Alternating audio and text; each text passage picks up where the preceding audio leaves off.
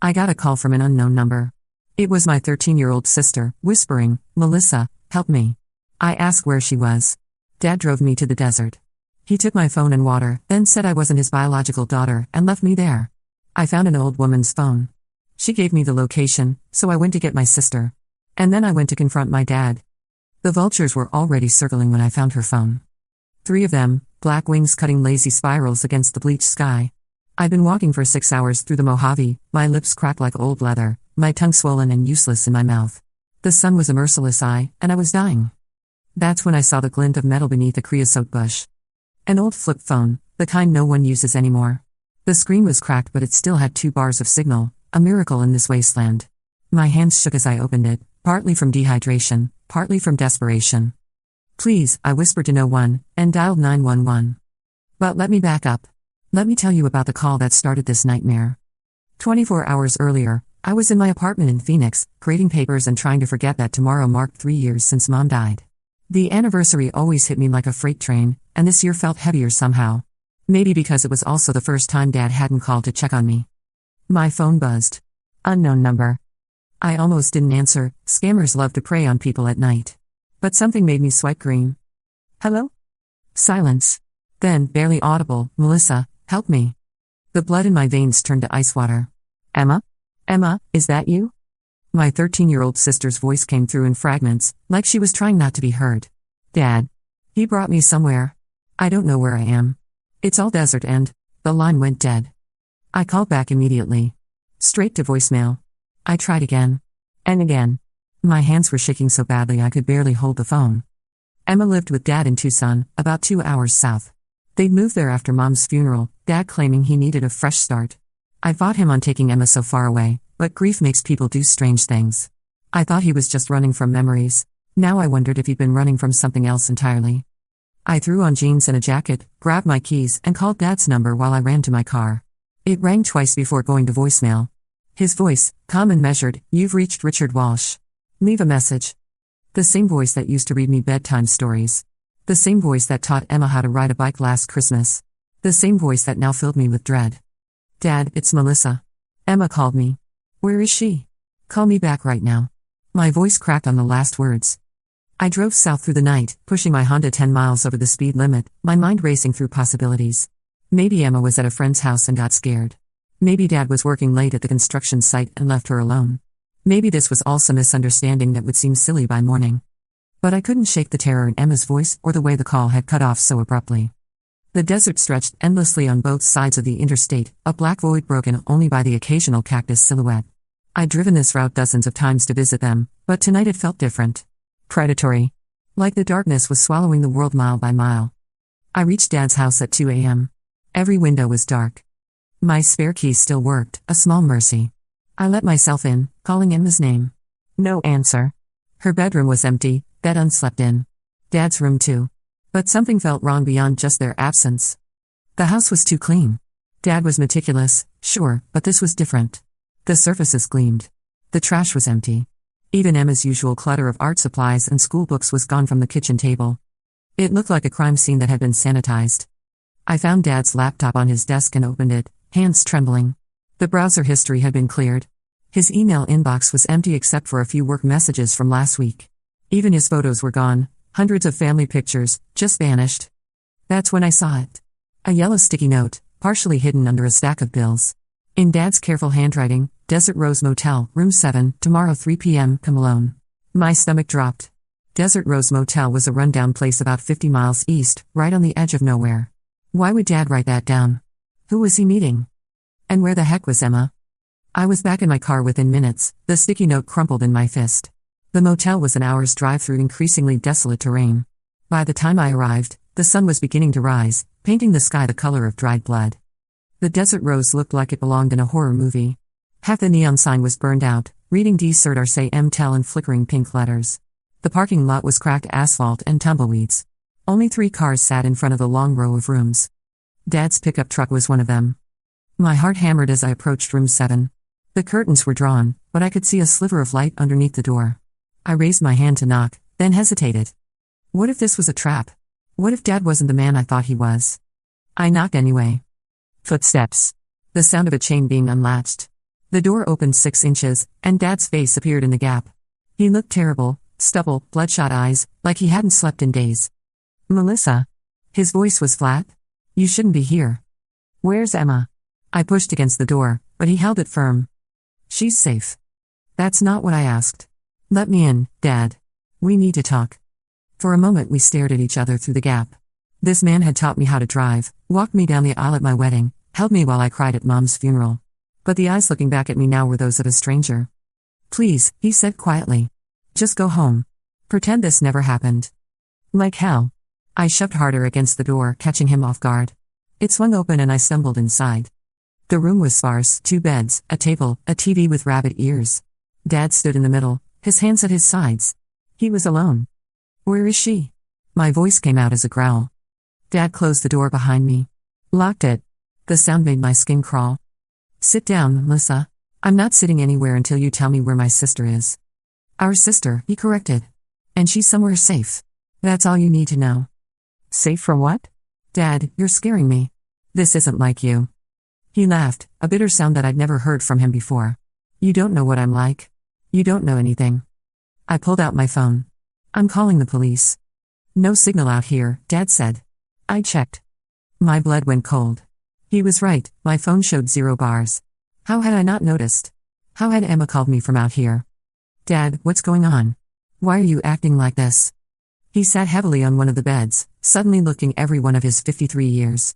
Because I'm not your father, Melissa. And Emma isn't your sister. The room tilted. I grabbed the back of a chair to steady myself. What? Your mother never told you. I made her promise. But now. He ran his hands through his graying hair. Now everything's coming apart. I sank into the chair, legs suddenly too weak to support me. That's impossible. You adopted me when Mom and I moved in when I was 8. I remember, I never adopted you. His voice was gentle now, which somehow made it worse. Your real father. He wanted you back. And when your mother died, well, the agreement we had died with her. The room was spinning. I felt like I might vomit. What agreement? I keep you safe. Raise you like my own. And he'd stay away. But Melissa, your real father. He's not a good man. And now he knows where you are. I stood up too fast, the chair scraping against cheap linoleum. You're lying. You're lying and I don't know why, but you need to stop. Dad reached into his jacket and pulled out a manila envelope. Your birth certificate. The real one. With shaking hands, I opened it. There was my name, Melissa Catherine Walsh. But under father, it wasn't Richard Walsh's name. It was someone called Michael Torino. The world crashed down around me. Who is he? I whispered. Someone dangerous. Someone who's been looking for you for 15 years. And Emma? Not your half-sister. My daughter with someone else. Before I met your mother. Dad stood up, moved toward me. I backed away. Melissa, you need to disappear. Tonight. Change your name, move across the country. Don't tell me where you're going. You're insane. But even as I said it, pieces were clicking into place. Why we'd moved so much when I was little. Why Dad always paid in cash. Why he freaked out that time in high school when I wanted to get a passport. He found us, Dad continued. Called yesterday. Said if I didn't bring you to him, he'd hurt Emma. Make it slow. The hotel room felt like it was closing in. So you're just going to hand me over? I'm giving you a choice. Run or come with me to meet him. I thought about Emma's terrified whisper, Melissa, help me. Where is she now? Dad's face crumpled. I don't know. He took her after I agreed to bring you. Insurance, he called it. That's when I knew. Dad might have lied about everything else, but his love for Emma was real. And she was in danger because of me. Take me to him. Melissa, no. Take me to him now, or I'm walking out of here and calling every reporter in Phoenix. Let's see how your Michael Torino likes the attention. Dad stared at me for a long moment. Then he nodded. We drove deeper into the desert in Dad's pickup, leaving my Honda in the motel parking lot. The landscape grew more brutal with each mile, harsh rock formations jutting from sandy earth, the only vegetation scrubby bushes that looked half dead. Tell me about him, I said as we drove. This Michael Torino. Dad's knuckles were white on the steering wheel. Your mother was 17 when she met him. He was older, had money, seemed sophisticated. She thought she loved him. What happened? She got pregnant. With you. And then she saw what he really was. Which is? Dad was quiet for so long I thought he wouldn't answer. Then, he hurts people for money, Melissa. That's his job. My mouth went dry. You mean like a hitman? Among other things. Your mother found out when she was 6 months pregnant. She tried to leave him. Tried? He broke 3 of her ribs and told her if she ever ran again, he'd kill you the moment you were born. I pressed my face against the cool window glass, fighting nausea. The desert blurred past. How did she get away? She didn't. I did. Dad's voice was barely above a whisper. I was working construction on his house. She hired me to renovate the nursery. I could see the bruises, even though she tried to hide them. And I fell in love with her. So you helped her escape. We planned it for months. I had a friend who could create new identities, not great ones, but good enough. The plan was to wait until after you were born, then disappear. But? Torino figured it out. Caught us together. Beat your mother so badly she went into labor 3 weeks early. I closed my eyes, seeing my mother's face. Sweet, gentle mom who made pancakes on Sunday mornings and sang off-key in the car. How did you get away? Luck. Pure dumb luck. There was a gas explosion at one of Torino's warehouses that same night, killed 2 of his men, destroyed a lot of records. In the chaos, we ran. Changed our names, moved to Oregon. And he never found us? Dad's laugh was hollow. Oh, he found us. Twice. That's why we moved to Colorado when you were 10. Then to Arizona when you were 16. I remember those moves. Dad always called them opportunities. Better jobs, better schools. I'd hated leaving friends behind, but he'd insisted. Now I understood. We weren't moving towards something. We were running. Why didn't you tell me? I asked. Your mother made me promise. She wanted you to have a normal childhood. And Emma? I met her mother 3 years after we moved to Arizona. Janet. She died in a car accident when Emma was 5. Dad's voice softened. Your mother insisted we take her in. Said family isn't just blood. Family isn't just blood. I remembered Mom saying that, though I'd never understood why it mattered. The truck slowed, then turned off the paved road onto a dirt track that stretched toward a cluster of buildings in the distance. My stomach clenched. Melissa, Dad said quietly. Whatever happens in there, I want you to know. You've been my daughter since the day I met you. Nothing changes that. I wanted to say something back, but my throat was too tight. Instead, I reached over and squeezed his hand. The buildings resolved into an old mining operation, corrugated metal structures surrounding a main house, all of it looking abandoned except for the 3 black SUVs parked outside. Dad killed the engine. Stay close to me. Don't run unless I tell you to. And whatever you do, don't let him see that you're scared. We walked toward the house. Each step felt like walking toward my own execution. The desert wind whipped sand into my eyes, making them water. The front door opened before we reached it. A man stepped out, tall, silver-haired, wearing an expensive suit that looked ridiculous in this desolate place. Behind him came 2 others, younger, both carrying guns. Richard, the man said. His voice was smooth, cultured. And this must be Melissa. I felt Dad tense beside me. Let Emma go, Torino. You got what you wanted. Michael Torino, my biological father, smiled. Up close, I could see my own eyes looking back at me. My own stubborn chin. The resemblance was unmistakable and horrible. She's a beautiful girl, Richard. You've done well raising my daughter. I'm not your daughter, I said. The words came out stronger than I felt. Torino's smile widened. DNA says otherwise. But we'll have plenty of time to get acquainted. Where's Emma? Safe. For now. He gestured toward the house. Shall we go inside? We have so much to discuss. The interior was surprisingly well appointed, leather furniture, expensive art on the walls, a full bar in the corner. But it felt like a stage set, something put together to impress rather than to live in. Emma was sitting on a couch in the far corner, flanked by another armed man. She looked tiny and terrified, her blonde hair hanging in her face. When she saw me, she started to stand but the man pushed her back down. Emma. I started toward her, but one of Torino's men grabbed my arm. Easy, Torino said. Let's talk first. Emma's safety depends on how reasonable you're willing to be. Dad stepped forward. You got what you wanted. Let her go. What I wanted. Torino poured himself a drink from the bar, something amber in a crystal glass. What I wanted was my daughter. What I got was 15 years of searching for a child who was stolen from me. Stolen? I couldn't help myself. You mean saved? From you. Those familiar eyes turned cold. Your mother was mentally unstable, Melissa. She filled your head with lies about me. Like what? That you beat her while she was pregnant? The glass paused halfway to his lips. I see Richard's been telling stories. I see you're not denying it. Torino set down his drink and walked toward me. I forced myself not to back away, even when he stopped close enough that I could smell his cologne, something expensive and cloying. Your mother was sick, he said quietly. Paranoid. She imagined threats that didn't exist. The broken ribs were imaginary? An accident. She fell down the stairs. 3 times?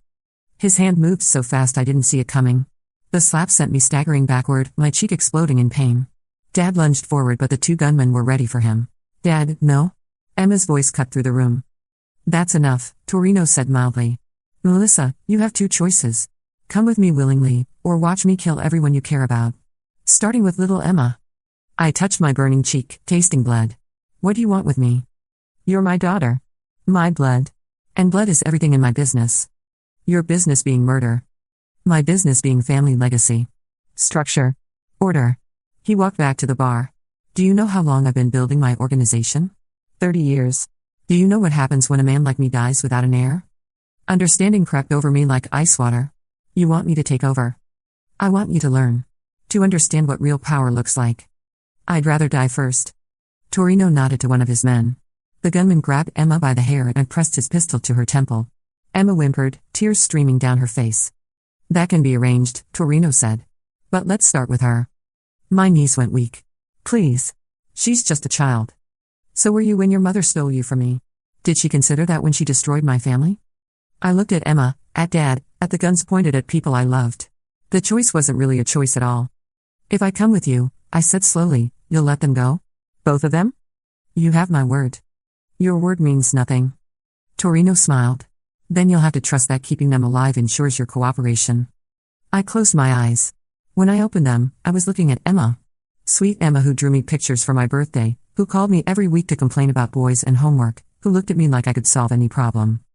Okay, I whispered. I'll come with you. Dad made a sound like he'd been shot. Melissa, no. It's okay, I told him.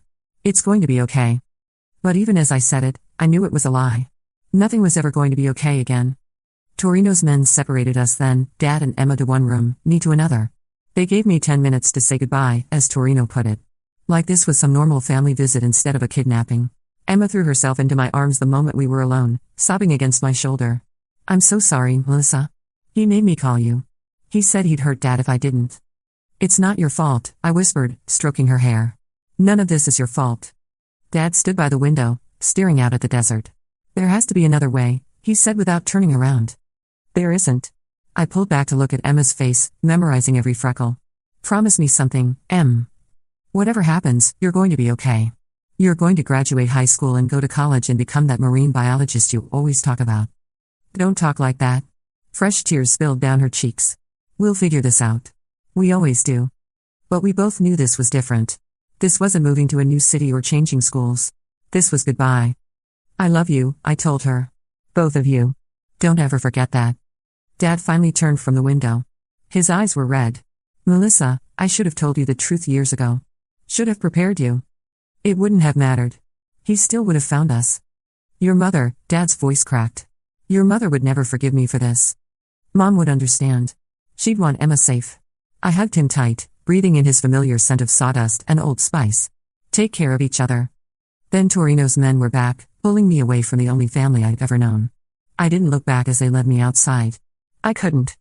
The black SUV was waiting, engine running. Torino sat in the passenger seat, already making phone calls. Phoenix to Chicago in 4 hours, he was saying. Yes, she's coming willingly. No complications. Chicago. Of course. As far from Arizona as he could get me. I was shoved into the back seat between 2 of his men. The one on my left was massive, arms covered in tattoos. The one on my right looked like an accountant with a gun. As we pulled away from the mining compound, I pressed my face to the window. In the distance, I could see Dad's pickup truck still parked where we'd left it. Were Dad and Emma still alive in there? Or had Torino already broken his promise?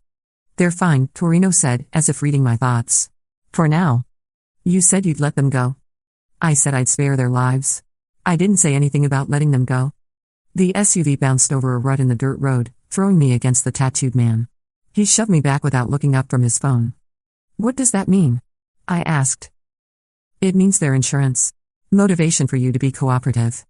We reached the paved road and turned north.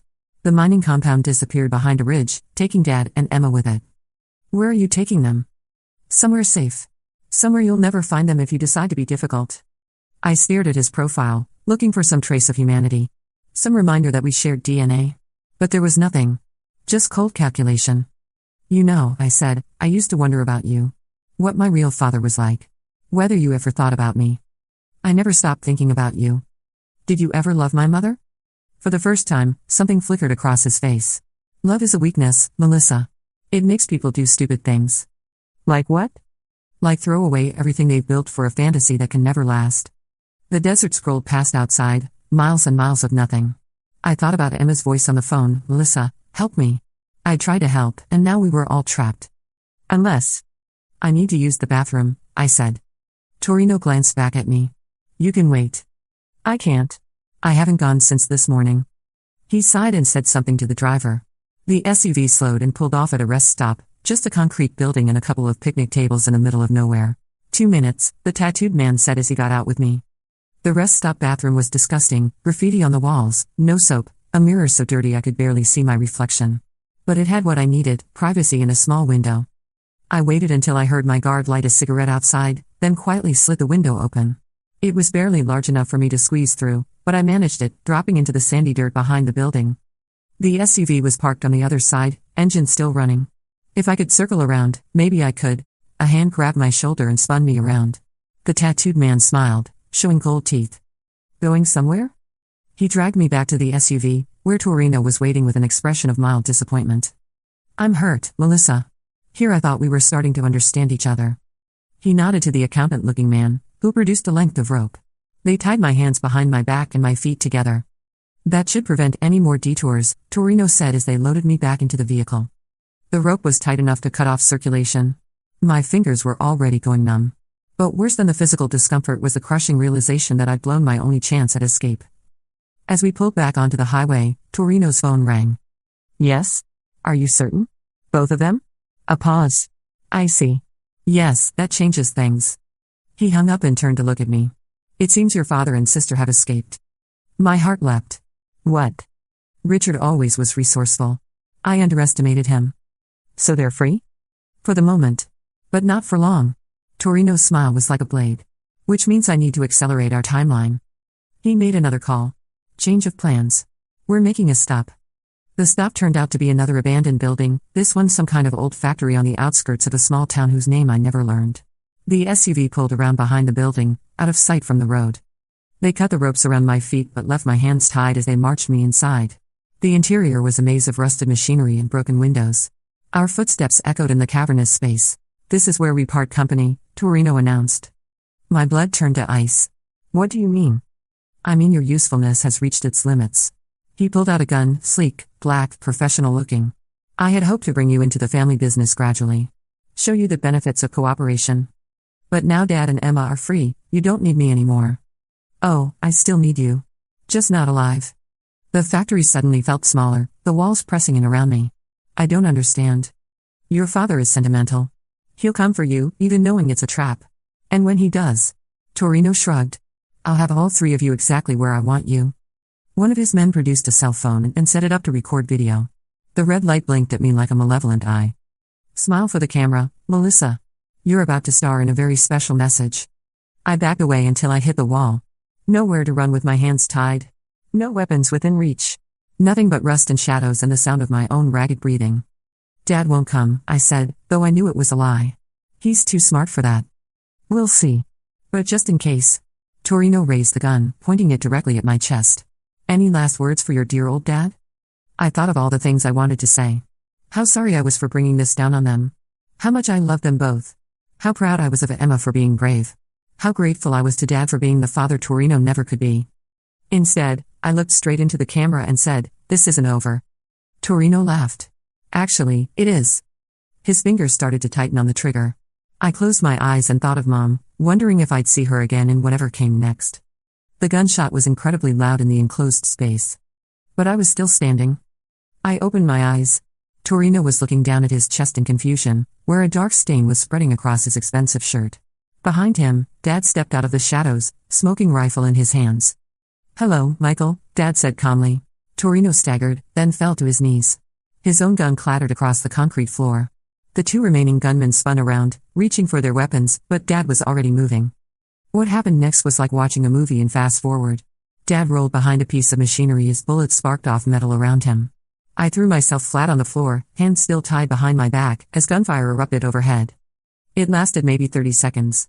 When the echoes faded, Dad was standing over two bodies. He walked over to me, rifle casually slung over his shoulder. "You okay?" "How?" I gasped. "How did you find me?" "Emma." Smart girl figured out how to activate the GPS on Torino's phone before they took her. Dad cut the ropes around my wrists with a folding knife. "We've been tracking you for hours." Torino was still alive, propped against a support beam, pressing his hand to the spreading bloodstain. "Richard," he wheezed. "This isn't over." Dad walked over to him. "Yeah, it is. There are others. My organization. They'll come looking. Let them come." Dad's voice was flat, emotionless. "I've been running from you for 15 years, Michael. I'm done running." Torino's eyes found mine. "She's still my blood. Still my daughter." "No," I said, standing up on shaky legs. "I'm Richard Walsh's daughter. I always have been." Something like disappointment flickered across Torino's face. Then his eyes went glassy and he was gone. Dad was already checking the bodies of the other two men, making sure they were no longer a threat. "We need to go," he said. "Police will be here soon, someone must have heard the shots." "What about them?" I gestured at the bodies. "What about them?" "They're criminals who kidnapped my daughter." Dad shouldered his rifle again. "Come on. Emma's waiting in the truck." We walked out into the fading daylight. Dad's pickup was parked behind the building, engine running. Emma sat in the passenger seat, looking pale but determined. "Melissa." She threw herself at me the moment I opened the truck door. "Are you okay? Did they hurt you?" "I'm fine," I said, though I wasn't sure that was true. "How did you two escape?" "Dad had a backup plan," Emma said with obvious pride. "He's been carrying a GPS tracker in his boot for 3 years." Dad climbed into the driver's seat. "Just in case this day ever came. Your mother and I planned for it." As we drove away from the factory, I looked back one more time. Soon the building was just another abandoned shape in the desert. In a few hours, it would be crawling with police. By morning, the bodies would be in the morgue and the story would be in the newspapers. But we'd be long gone by then. "Where are we going?" I asked. "Somewhere safe," Dad said. "I know a place." Emma was curled up between us, her head on my shoulder. "Are we going to have to run again?" Dad considered this. "Maybe. For a while. But Torino was right about one thing, family isn't just blood. And as long as we're together, we can handle whatever comes next." I closed my eyes and let the vibration of the truck lull me towards something that might eventually become sleep. We were alive. We were together. For now, that was enough. But as the miles rolled past and the desert gave way to mountains, I couldn't shake the feeling that this wasn't really over. Torino had mentioned others, his organization, people who might come looking for answers. 3 days later, reading the newspaper in a diner in Oregon, I learned I was right. The headline read, "Arizona crime boss Michael Torino found dead." Below it, in smaller text, "Police seek missing daughter in connection with murders."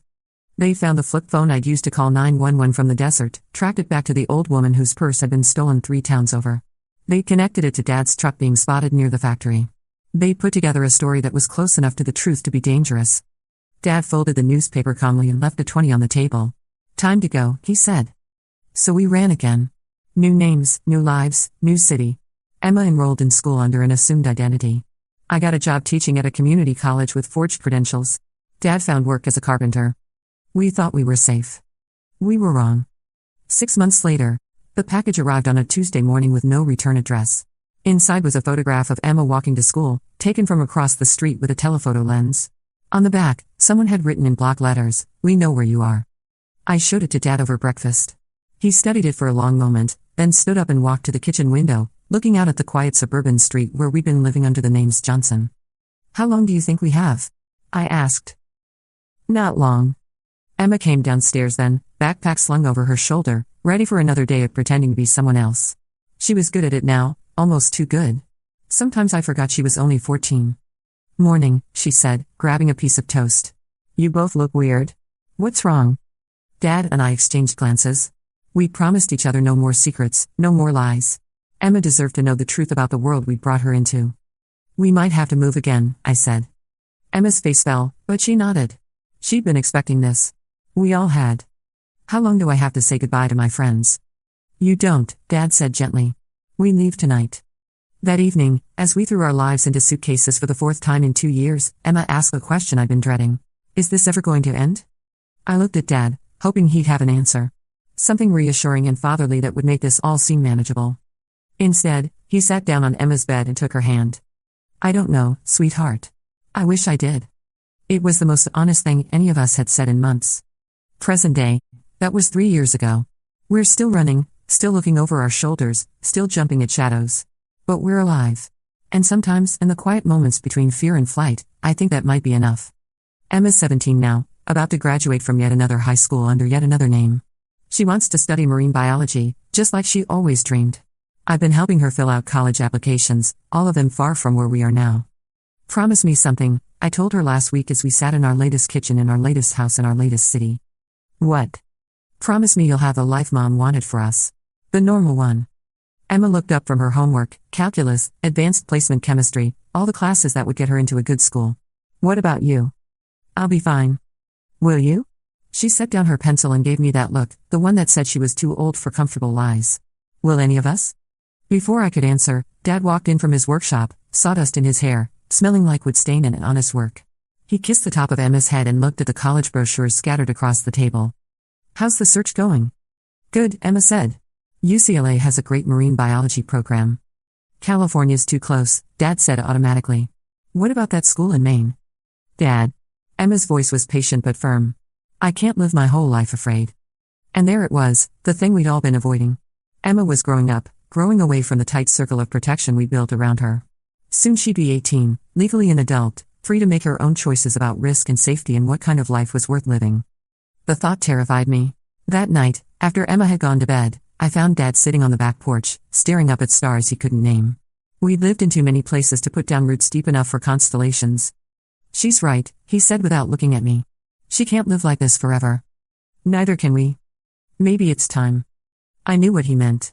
We'd talked about it before, in whispers, late at night when the fear was too big to ignore. The final option. The one that meant no more running. We don't even know how many of them are left, I said. Does it matter? As long as there's one, we'll never be safe. I pulled my jacket tighter against the night air. Mom wouldn't have wanted this for us. Your mother wanted a lot of things. She wanted you to have a normal childhood. She wanted to grow old with me. She wanted to see Emma graduate. Dad's voice was rough. Sometimes what we want and what we get are different things. The next morning, I found the newspaper folded on the kitchen table. Dad had circled a small item on page 3, Chicago crime family boss found dead in prison cell. I read it twice before the implications sank in. Anthony Torino, Michael's younger brother, the one who'd taken over operations after Michael's death. Dead of an apparent heart attack at 45. Natural causes? I asked Dad when he came in from the garage. That's what it says. Do you believe it? Dad poured himself coffee from the pot I'd made. I believe in a lot of things I can't prove. Like what? Like justice. Eventually. Over the next few weeks, more names appeared in obituaries across the country. Men with Italian surnames and criminal records, all dying of various natural causes within days of each other. Food poisoning. Car accidents. Heart attacks. Strokes. Someone was cleaning house. The photographs stopped coming. The feeling of being watched faded. Emma started talking about prom and college like they were normal things that normal teenagers got to have. But I couldn't shake the feeling that this was too convenient. Too neat. Dad, I said one morning, finding him reading another obituary with a satisfied expression. What did you do? I protected my family. That's not an answer. He folded the newspaper and looked at me with eyes that had seen too much. Your mother wasn't the only one with secrets, Melissa. I wasn't always a carpenter. The kitchen suddenly felt cold. What were you? Someone who knew how to make problems disappear. I stared at him, this man who'd raised me, loved me, taught me how to drive and balance a checkbook and change a tire. This man who apparently knew how to kill people professionally. The construction work was a cover? The construction work was retirement. Your mother and I, we wanted a quiet life. But some skills. You don't forget them. How many? How many what? How many people did you kill to keep us safe? Dad was quiet for a long moment. Then, all of them. 2 years later, Emma graduated valedictorian from her high school in Maine, the one Dad had suggested, the one far from everything that had threatened us. She gave a speech about resilience and family and the courage to start over. I cried through the whole thing. She's at college now, studying marine biology like she always dreamed. She calls every Sunday from her dorm room, voice bright with possibilities. She has friends. A boyfriend. A future that doesn't include looking over her shoulder. Dad and I stayed in Maine. He opened a legitimate carpentry business, no more aliases, no more cash payments. I teach English at the local high school, my real name on the classroom door for the first time in 5 years. Sometimes tourists ask about my accent, where I'm from originally. I tell them Arizona, which is true enough. I don't mention the desert or the phone call or the old mining camp where I learned that blood doesn't always mean family. But late at night, when the wind howls off the Atlantic and the house settles around us, I think about Torino's last words: this isn't over. Maybe it is. Maybe Dad really did eliminate every threat, every connection, every person who might have wanted revenge for Michael Torino's death. Maybe we're finally safe. Or maybe somewhere out there, someone is still looking. Someone who knew Michael before he became a crime boss. Someone who loved him despite what he was. Someone who spent 3 years planning and waiting and getting closer. Sometimes I dream about that flip phone in the desert, the one that saved my life. In the dreams, it's ringing, and when I answer it, Emma's voice whispers, "Melissa, help me." But Emma's safe now. Hundreds of miles away, surrounded by normal people living normal lives. The nightmares can't touch her there. At least, that's what I tell myself. This morning, I got a package with no return address. Inside was a photograph of Emma walking across her college campus, taken with a telephoto lens. On the back, in familiar block letters, she looks just like her grandfather. I showed it to Dad over breakfast. He studied it for a long moment, then stood up and walked to the kitchen window. "How long do you think we have?" I asked. He was quiet for so long I thought he hadn't heard me. "Then pack light. We leave tonight." "What about Emma?" "What about her?" "We can't just disappear again. She'll worry. She'll be safer not knowing." But even as he said it, I could see the doubt in his eyes. Emma wasn't a child anymore. She had her own life, her own choices. And whoever was hunting us clearly knew that. "Dad," I said quietly, "I think it's time we stopped running." He turned from the window, and I saw something in his face I'd never seen before. Not fear, we'd lived with fear for so long it was like breathing. This was something else. Resignation. "You're right," he said. "It's time to end this." "What do you mean?" "I mean no more running. No more hiding. No more looking over our shoulders." Dad sat down across from me, suddenly looking older than his 57 years. "I mean we're going to find whoever sent that photograph, and we're going to finish what Torino started. We're going to fight. We're going to survive." Outside, the Maine wind picked up, rattling the windows of our house by the sea. Somewhere in the distance, I heard the sound of waves crashing against rocks, patient and relentless and impossible to stop. Just like family. Just like love. Just like the promises we make to protect the people who matter most, no matter what it costs us in the end. I looked at the photograph again, Emma, beautiful and alive and unaware that she was being watched. My sister. My heart. The reason we'd survived everything that came before and everything that was still coming. "Okay," I said. "Let's finish it." Dad nodded and pulled out his phone. I had no idea who he was calling, but from the way his voice changed when someone answered, professional, clipped, dangerous, I knew our quiet life in Maine was about to end. "It's Richard Walsh," he said into the phone. "I need a favor." As he talked, I walked to the window and looked out at the ocean. Somewhere beneath those dark waters were creatures Emma would spend her life studying, things that had survived in the deep places where light couldn't reach, things that knew how to adapt and endure and fight when fighting was the only option left. My phone buzzed. A text from an unknown number: "Your father can't protect you forever." I showed it to Dad when he finished his call. He read it, deleted it, then handed the phone back to me. "Actually," he said with a smile that would have scared Torino himself, "he can." Epilogue. 5 years later. The wedding was small, just Emma and her fiancé David, Dad and me, and a handful of Emma's college friends who knew her as Emily Johnson and had no idea that she'd once been Emma Walsh, or that her real last name was something else entirely. We held it on the beach in Maine, the same coastline where we'd learned to stop running and start fighting back. Emma looked beautiful in Mom's wedding dress, which we'd somehow managed to save through all the moves and false identities and midnight escapes. Dad walked her down the aisle to the sound of waves on rocks. I stood as her maid of honor, watching my little sister promise to love someone with the same fierce loyalty she'd shown our family through everything. During the reception, as the sun set over the Atlantic, Emma pulled me aside. "I know about the others," she said quietly. "What others?" "The people who came looking for us. The ones who didn't make it back." My blood went cold. "Emma, I'm not afraid," she interrupted. "I'm grateful." "You shouldn't have to be grateful for violence." "No," she agreed. "But I'm grateful that when it came down to choosing between your conscience and my safety, you chose me." I hugged her tight, this brilliant, brave woman who'd grown up too fast in a world that was darker than any child should have to know. "We'll always choose you." "I know." She pulled back and smiled. "But from now on, I get to choose too." That night, as the guests danced under string lights, Dad and I walked along the shoreline. The water was calmer than I'd ever seen it, almost peaceful. "Do you think it's really over?" I asked. I think, Dad said carefully, that some stories don't have endings. They just have pauses. That's not very reassuring. It's honest. In the distance, I could see Emma and David slow dancing, lost in their own world of possibility and promise. Tomorrow they'd fly to Hawaii for their honeymoon. Next month, Emma would start graduate school. Eventually, maybe, there would be grandchildren for Dad to spoil and protect. A normal life. The kind Mom had dreamed of for all of us. But as we walked back toward the lights and music and laughter, I caught a glimpse of movement in the dunes behind the reception. Just a shadow, there and gone so quickly I might have imagined it. I didn't mention it to Dad. Some shadows are just shadows. Others are promises of storms still coming. But tonight, Emma was dancing with the man she loved, surrounded by people who cared about her. Tonight, we were all together and safe and happy. Tonight was enough. Tomorrow, we'd deal with whatever shadows were waiting for us. Together. Always together. Family isn't just blood, after all.